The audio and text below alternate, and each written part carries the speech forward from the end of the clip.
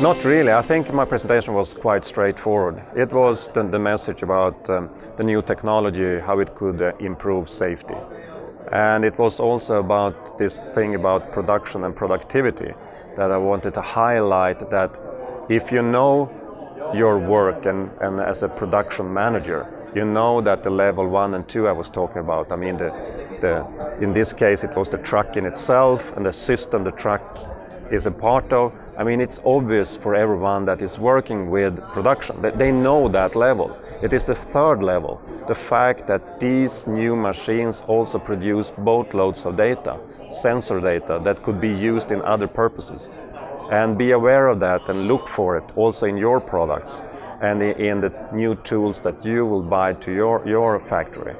Could you do something else, something that you have not done before because you have all this new data? It's data-driven, remember that.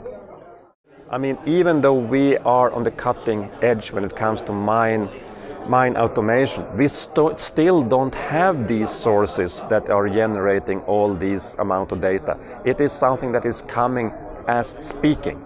I mean, the prototype from Volvo, it is just a prototype. It's not in production yet, but we saw this already on the prototype or the test level test drives.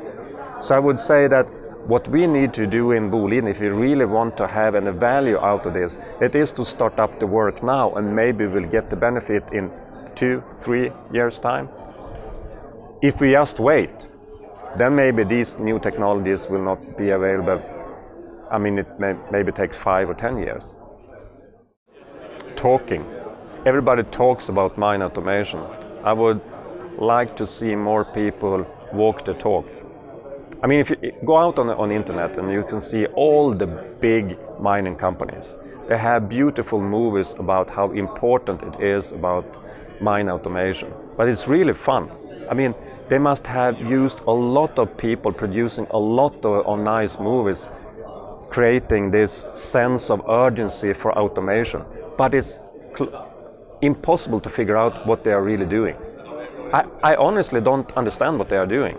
Because some of them, they are not talking about the enablers that we know need to be in place to do mine automation. For example, connectivity. They don't talk about connectivity. They don't talk about positioning. Positioning, it is like if you look at most of the applications that you are using on your mobile phone today, they are built because you have the position and the connectivity. So we know that this is the fundamental part you need to have in place.